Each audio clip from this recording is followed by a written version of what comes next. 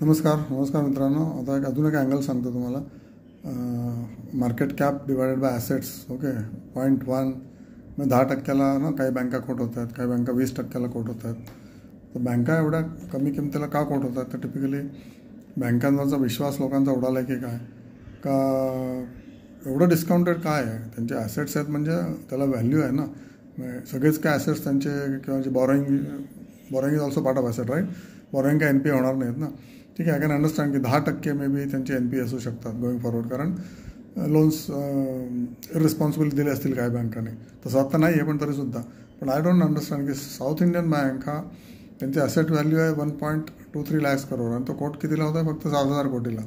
म्हणजे 6% ऑफ द ॲसेट व्हॅल्यू कोट होतं आहे. सेम थिंग अबाउट PNB, 6% ऑफ ॲसेट व्हॅल्यू आहे. 18 लाख कोटी त्याचं ॲसेट आहे, आणि त्याचं मार्केट कॅप किती आहे? 116 लाख करोड, म्हणजे 6%. SBI 7 लाख कोटीला आता मार्केट कॅप आहे, त्याचं ॲसेट व्हॅल्यू आहे 73 लाख कोटी.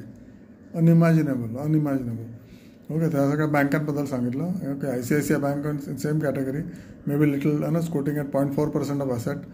ओके, त्यातल्या त्यात चांगली बँक म्हणजे त्याचं ॲसेट व्हॅल्यू आहे 26 लाख कोटी, आणि मार्केट कॅप आहे 10 लाख कोटी. म्हणजे 0.4 टाइम्स कोट होते फक्त. सगळ्यात ट्रस्टवरती बँक कुठली? ICICI bank. आणि सगळ्यात वर्स्ट बँक कुठली आहे? तर PNB किंवा साऊथ इंडियन बँक, असं दिसतंय. ओके, सिमिलरली इन्व्हेस्टमेंट कंपन्या, ज्या कल्याणी इन्व्हेस्टमेंट कंपनी कोट होते 2,200 करोडला. Okay, market cap. आणि त्याचं शेअर्सची व्हॅल्यू किती आहे? स्टॉक्स त्याच्यामध्ये बेसिकली इन्व्हेस्टमेंट कंपन्यांमध्ये लिक्विड ॲसेट असतात. 9,000 कोटी फक्त 2,200 कोटीला मिळते. ओके, त्याच्यानंतर फॉर इन्स्टन्स किर्लोस्कर पण अशीच आहे, किर्लोस्कर इन्व्हेस्टमेंट. सिमिलरली 4,000 कोटीला मिळते. त्यांचे ॲसेट्स आहेत, फायनान्शियल ॲसेट्स सगळे 11,000 कोटी. या तर न्यू इंडिया इन्शुरन्स कंपनी 31,000 कोटीला मिळते. ॲसेट्स आहेत 1,10,000 कोटी.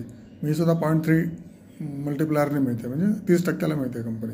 ICICI prove. ओके, तर सगळ्या इन्व्हेस्टमेंट कंपन्या, नंतर इन्शुरन्स कंपन्या आणि बँका या 50%च्या खाली, म्हणजे 40%च्या खाली तुम्हाला मिळतात. Can you imagine?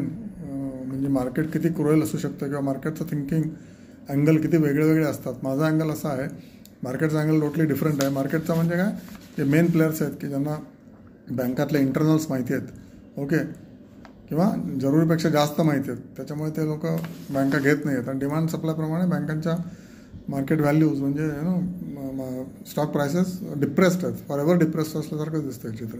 2010ला बँका फंटॅस्टिक वरती होत्या, आता डिप्रेस्ड आहेत. बघा तुम्हाला पटतंय का? Okay, thank you so much.